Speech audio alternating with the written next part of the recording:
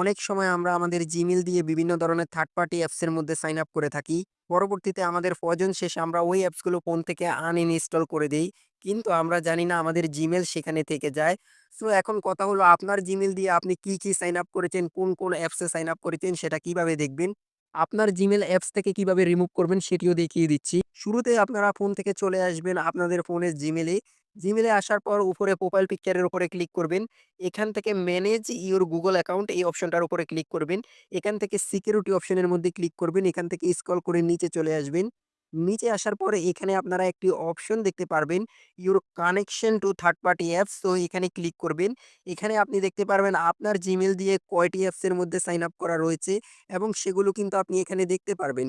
So এখানে যেটা আপনার ফোনে নেই বা যেটা আপনি ব্যবহার করতেন না সেখান থেকে আপনি কিন্তু আপনার জিমেইলটাকে রিমুভ করতে পারেন।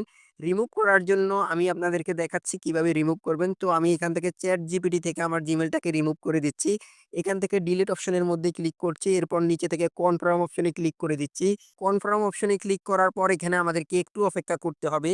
সো আপনারা দেখতেই পাচ্ছেন ChatGPT থেকে আমার জিমেইলটা কিন্তু রিমুভ হয়ে গেছে। সো এভাবে কিন্তু আপনি চাইলে প্রত্যেকটা অ্যাপস বা ওয়েবসাইট থেকে আপনার জিমেইলটাকে রিমুভ করতে পারেন এবং আপনার জিমেইলটা নিরাপদ থাকবে।